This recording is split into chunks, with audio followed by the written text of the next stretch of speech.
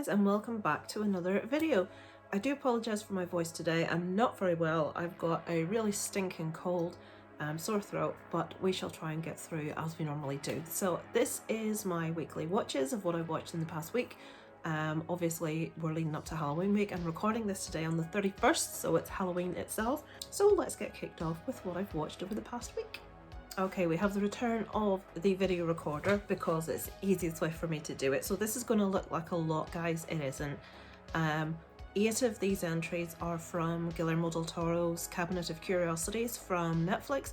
They don't have it to log as one item. You have to put the individual 8 in, so no panic, guys. I haven't watched that much stuff this week. So let's start off with the 24th. I watched a movie called Heavy Trip. Now, this is from 2018. Is this a Norwegian movie?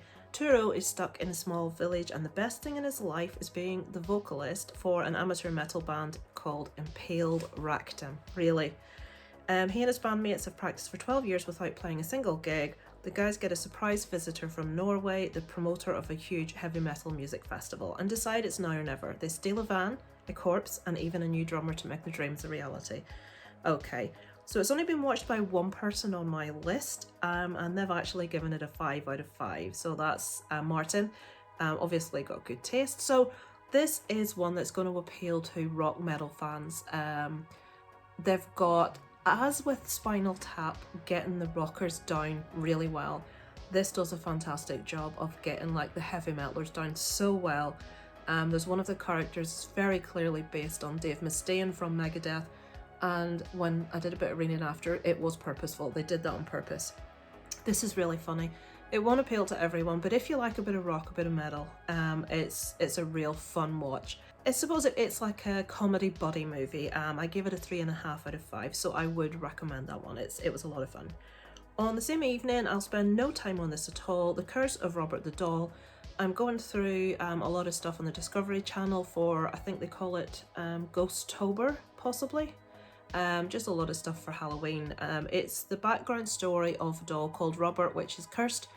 And if you don't follow specific, this is true, guys, if you don't follow specific rules, like asking permission to take a photograph, saying hello, saying goodbye, if you're rude to this thing, these people have been really badly cursed, and he receives hundreds of letters regularly from people begging him to remove the curse.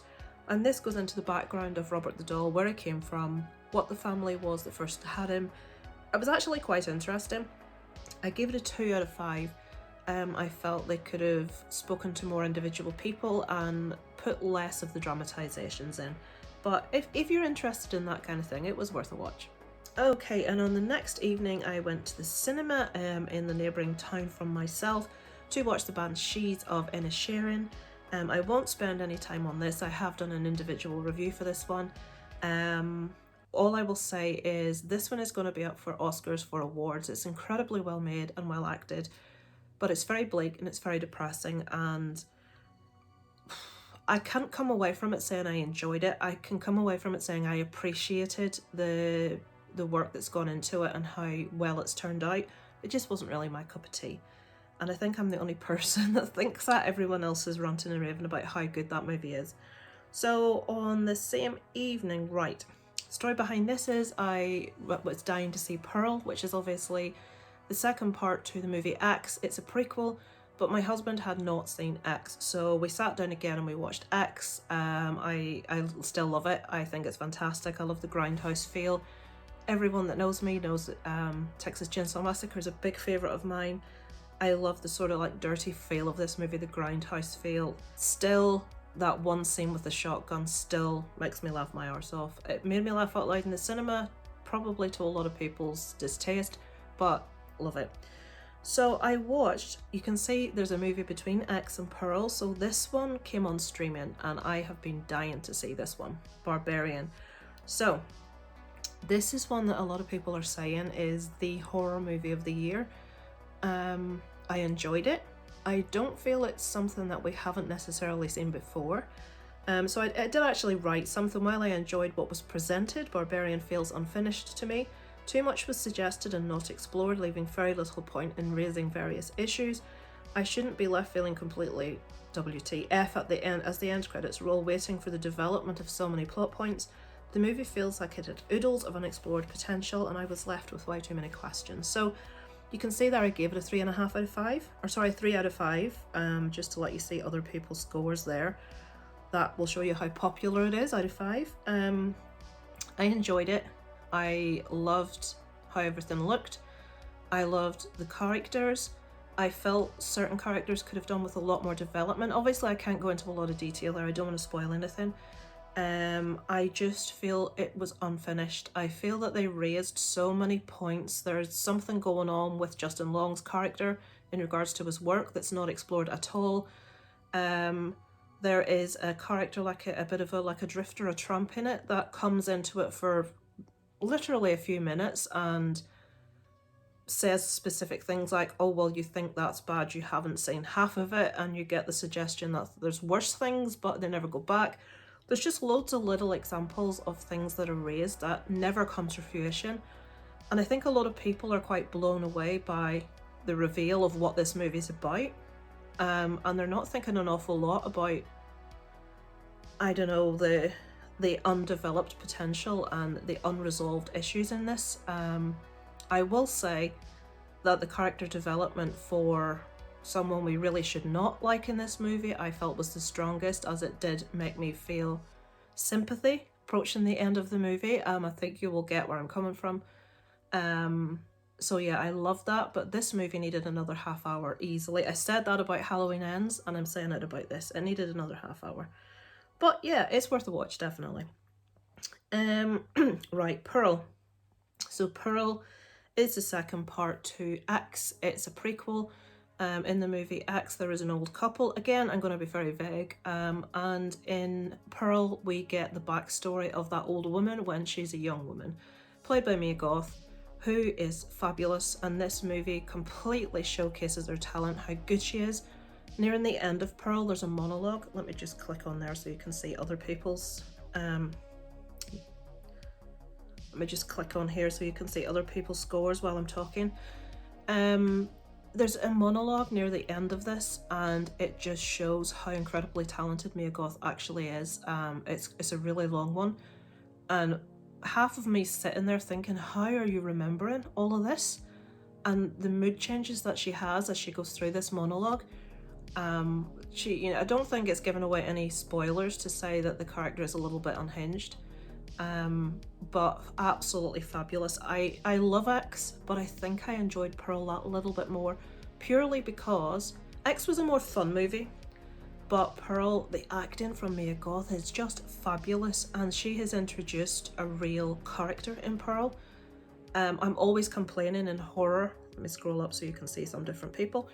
I'm always complaining in horror that we have so many male icons, like for Halloween to dress up as, and when it comes to women, there are very few. I mean, Kathy Bates from Annie Wilkes from Misery. When I saw Pearl, I wish I had a red dress for a Halloween outfit. She just epitomizes an awesome female horror character for me. So, just glowing report for Pearl, 4 out of 5 from me. Watch it, it's fabulous. Okay, so we're on to Guillermo del Toro's Cabinet of Curiosities on Netflix, which has 8 stories, which are all pretty much an hour long. I am not going to sit and discuss the individual stories because this will be, my waffle. This will go on for too long. You can see the individual scores there. You can see on the 29th and 30th when I've watched these. You've got Werewolf by Night squeezed in the middle there, because I watched that also. So these stories on Guillermo del Toro's Cabinet of Curiosities, my favourite by far was Graveyard Rats. It reminded me a little bit of Stephen King's Graveyard Shift. It has a different story, but it was the only one where I felt fear, where I felt, oh my god, what an awful situation to be in, where it gave me a potential fear of something I don't have. I love rats. I have no issue with rats, but this made me shiver. Really well done, really enjoyed that one. Another one I really enjoyed was The Outside. The Autopsy is also a really good one.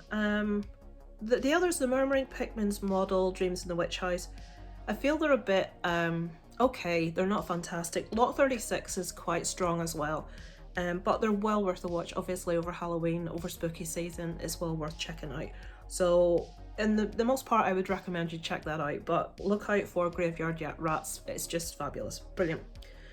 So, Werewolf by Night. So this is obviously on Disney Plus, the new Marvel 1 hour special.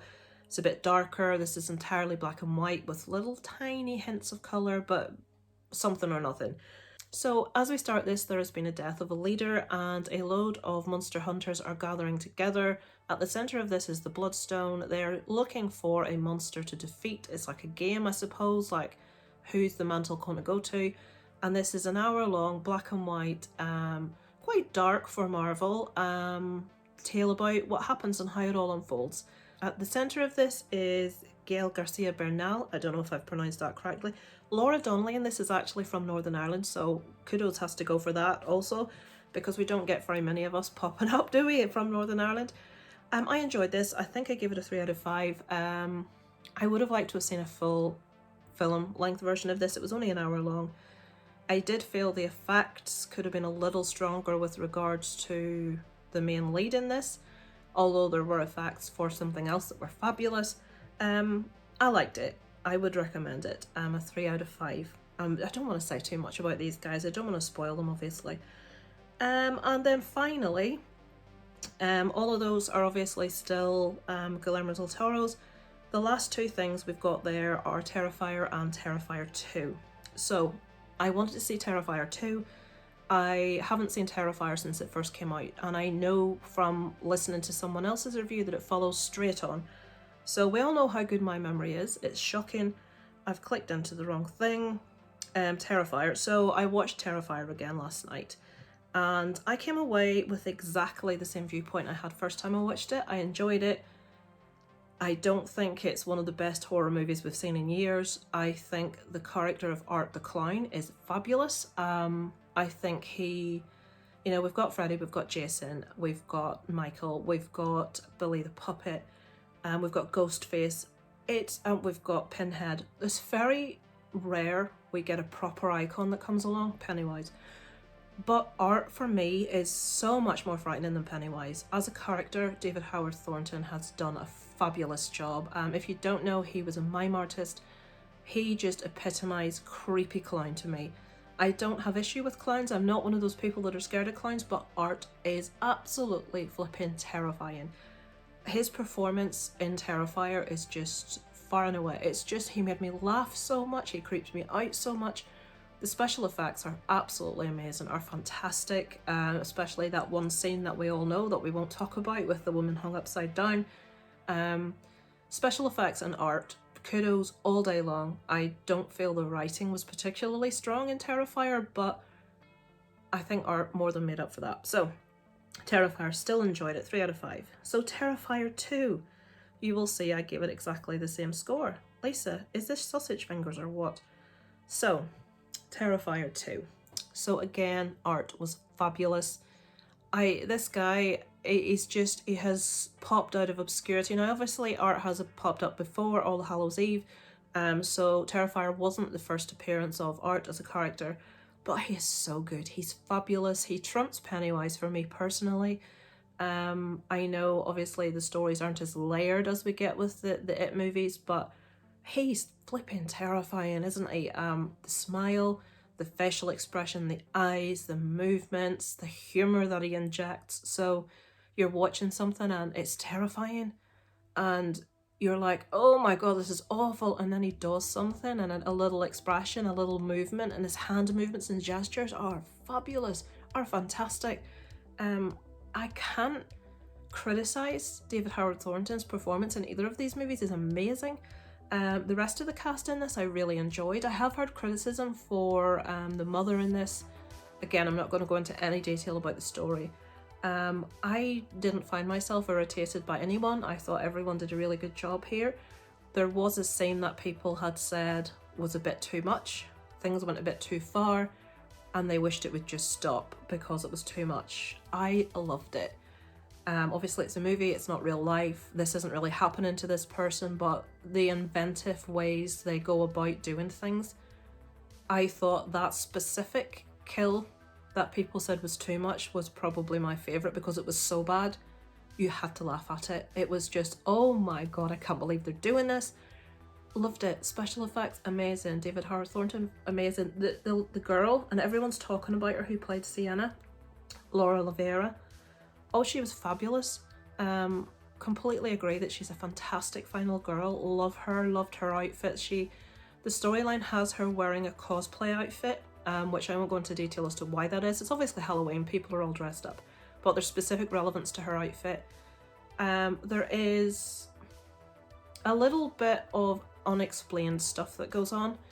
I hazard, most people have seen this, I hazard to say a little bit of supernatural stuff that goes on in this movie. I would have liked the movie to not have that. I just want Art to be a real bad so-and-so that's just doing what he's doing, and that's enough for me. I don't need that other thing added into it. And that almost, for me, detracted from the fear and the scariness of it by making it a bit otherworldly. I would have liked a straight horror movie with a straight villain. But that's the only thing I can complain about. I did feel that was a bit misplaced.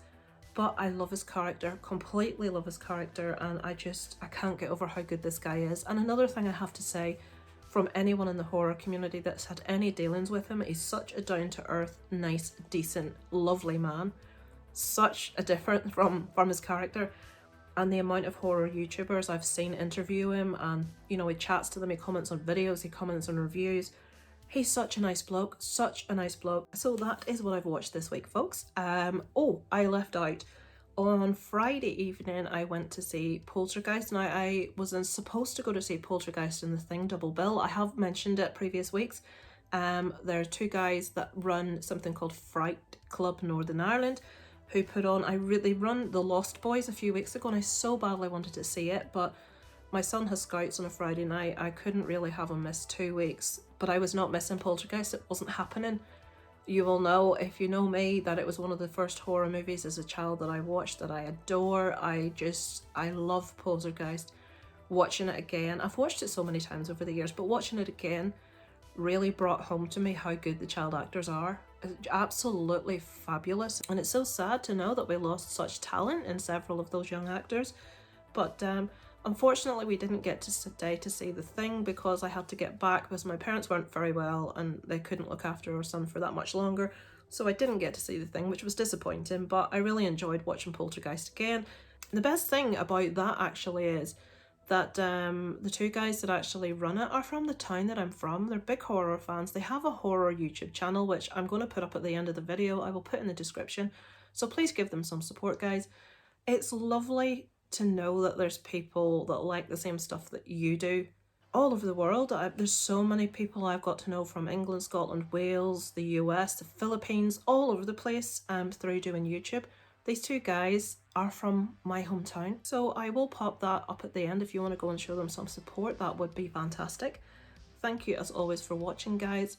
Yes, I'm still playing Assassin's Creed Valhalla, and I'm getting very twitchy about the fact that God of War 2 has almost been released and I won't be getting it till after Christmas. It's gonna kill me, but what can we do? So thank you so much as always for watching, guys. It's Halloween today. I've got my Queen of Halloween t-shirt on. Sicky bad no whale, so not getting dressed up. My husband is painting that, and he's got his clown outfit there. My son is going as Eddie from Stranger Things. Let me show you. Let me just show, you don't need to see these, but I'll show you anyway. So my husband recreated Eddie's guitar out of cardboard. I think he done a pretty stunning job. So my son has got the full getup. If you've got me on Facebook or Instagram, you will see the photographs tonight before they go out. So yeah, he's gone out as Eddie. So thanks as always for watching, guys, on this special Halloween week. I shall catch up with you next week. Over and out from Lisa Loves.